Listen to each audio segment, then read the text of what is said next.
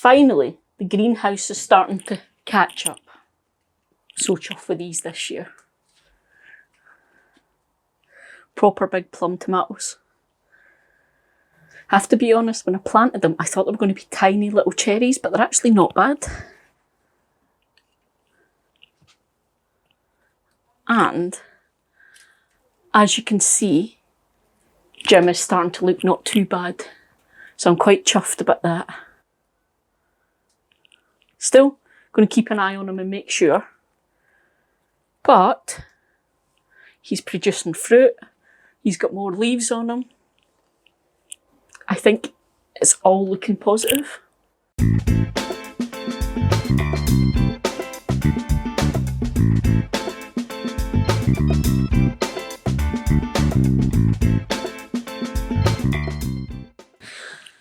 So, apologies for the shadows. I came out because it was all lovely and cloudy and it meant you weren't getting any harsh light. And then the sun has come out for the first time today.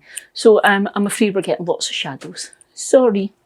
But what I thought would be an awesome thing to chat about today was the garden and some small tweaks we've made to it over the last week. I think just maybe a week and a half now. Because this is the thing, you guys have seen this garden in all its glory. And although I made the small change by replacing those raised beds over the last year and a bit, I haven't really done anything else, so it's never something we've really spoken about, is making big changes to the garden. And I know quite a lot of you guys follow me because you're not what you consider complete experts and you like to see that we just get stuck in and do things and learn as we go. So I thought this was a brilliant thing to chat about in that vein. So what we're going to talk about today is the fact that it is okay to make changes. You can tweak the garden here and there, make changes so that it's always the very best for you, whether that's to do with a new or an existing change to a greenhouse so that you can get the best tomatoes, peppers, herbs, all this stuff coming on. Every time I see a white thing, I panic, it's fluff. Pack. So yeah, whether it's that or like we've just done, whether it's an actual physical change to the shape of the garden or whatever. So what we've done is we've tweaked one of the beds and I'll show you it. This one. You're forgiven if you're sitting there right now going, I don't think you have, that looked like that last time. It kind of did, so you're forgiven. No, what we've done is, this was actually quite a narrow bed and we've brought it out and made it much wider, which meant we then had to think about, did we move plants, did we need new plants, that kind of thing. But here's why. It all stems from this tree, this one, okay? Now, this tree has been here for about 30 plus years. It's quite a mature rowan.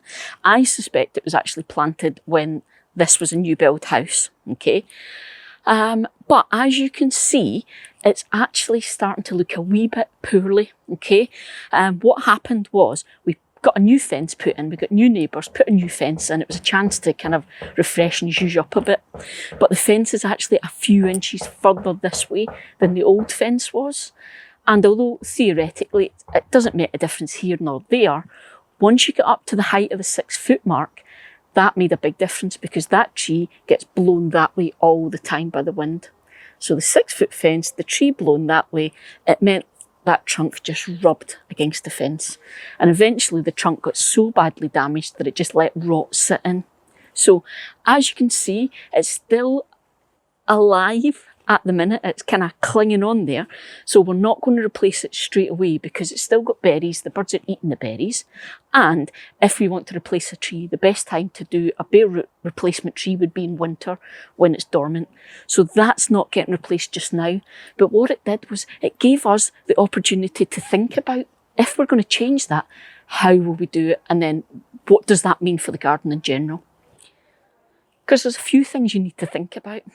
For a start, look at the size of it. Like I said, it's quite a mature tree, okay? And the thing with that is, it's very hard to get a tree that's that mature to replace it with.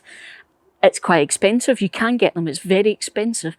But even if we did manage to get one, what that's going to mean is a massive root ball to go in. So we have to dig out the old tree, the old root ball, make it big enough getting all the nutrients and stuff in, get the new tree in. And it's going to be quite a shock for a tree of that maturity going in there, okay? Now, this is where we get back to the whole thing where we spoke about the fact that we want you to know it's okay to learn as you go and try things and test things and experiment a bit. Things don't have to be perfect, and if things don't work first time, that's okay, because the whole name of the game is to learn as you go. So what we're doing, we're not going to replace it with quite a mature tree, okay? Now, that does worry us a bit because it's obviously going to completely change the vision of the garden.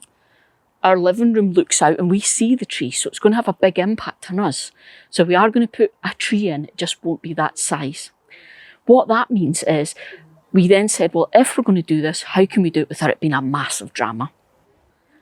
What we're going to do is we're going to replace it with a slightly smaller tree, okay, so it won't be as mature, but that gives us the option that we're going to actually bring it forward in the bed. Because at the minute, it's way back there at the fence, we're going to bring it forward, so it's probably going to be there. So there's next to no chance of it being blown into the fence and getting damaged again. That's the idea. But we knew that to do that, we were going to want to have to bring this bed out to give us as much space as possible, because we didn't want to do this and it was right butted up against, okay? Now, the other thing, talking about the opportunities this creates, is this path. Because, as you guys will know, we used to have a standard paving slab path right up against this bed. And to be honest, we never ever used it because it wasn't a direct line of sight to anywhere. It kind of went to the side of the greenhouse.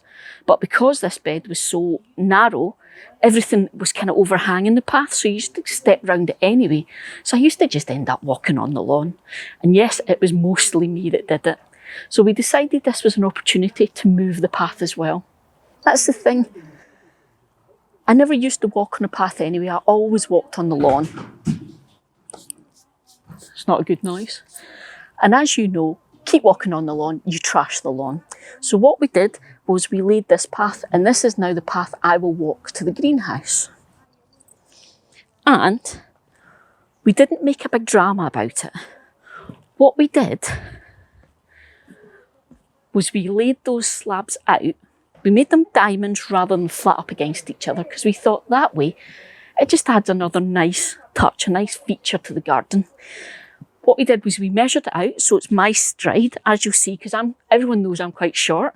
So we made sure it's a nice stride for me, so I wasn't going to overstep and risk slipping, okay? And this is a bit that I wanted to say to you guys about just being able to relax and try out things in the garden and chilling a bit. A proper path. Say you were laying a path, a base for your greenhouse, a patio. You would put heaps of effort in to make sure it was all beautifully flat and level, okay? And you would bed it down. You'd use like sand or something like that to bed it all down, make it lovely. Number one, we really couldn't be bothered with the amount of time that was going to take for something this small.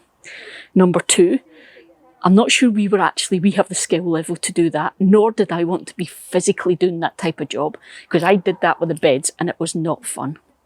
And number three, if I didn't want all of that, then we're going to have to pay a man to come in and do it, let's be honest, cost a fortune. So we said, you know what, it's okay if it's not perfect. So we laid the slabs down, we sharp knife cut around them in the lawn, and that then meant I could take that turf out, and it left a nice little space these slabs then dropped into. Dead simple. They're not perfect. They're pretty good. They're not perfectly level. They're not perfectly even. They're not beautifully, perfectly millimetre, perfectly spaced. But it's made this awesome garden path that now looks good, and it means I've got a direct walk to the greenhouse. And again, for me mucking about with photography, it gives me an awesome leading line when I'm taking pictures of the greenhouse. So what did that mean for this bed? Well, it gave us an opportunity to do something awesome.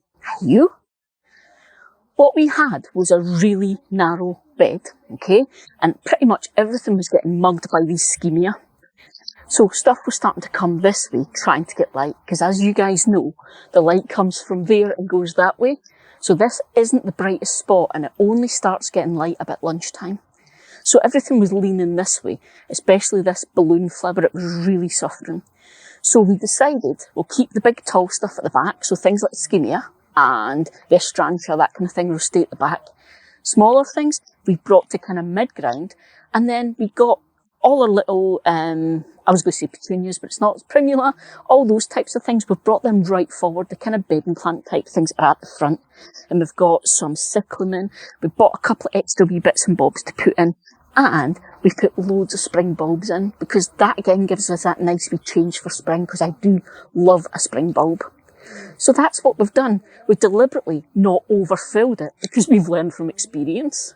So we've given everything space to settle and kind of expand on its own. A lot of this stuff will self-seed. You guys know it always does. But what we've done is we've given ourselves this nice bed to work with. And it's a start for next year. We'll see what comes up where. I know this is full of daffodils, but I have no idea where they are.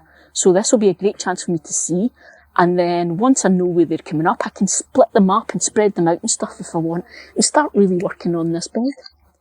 But all that was very, very easy and very quick to say to you guys about how, do you know what? It's okay to do this kind of stuff. It doesn't have to be perfect. You can change things up, try things out. If it doesn't work, change it up again. It's okay. Experiment, because that's the whole point. This is your garden. It's not just where you grow fruit or veg. It's where you sit out. It's a place that makes you feel really good, somewhere you enjoy. So if you need to tweak a wee thing to help with that, then go for it, I say. Don't get stressed out over it. What do you think? You quite happy? This one is still a bit funny. She won't walk on the path yet. Cats are funny beasties. Yeah, and if you're eagle-eyed enough, you'll notice that's not the same slabs as the ones we lifted. So you might be thinking, what did you do with this? Kate laid them really nicely for me at the compost bin and in between the beds.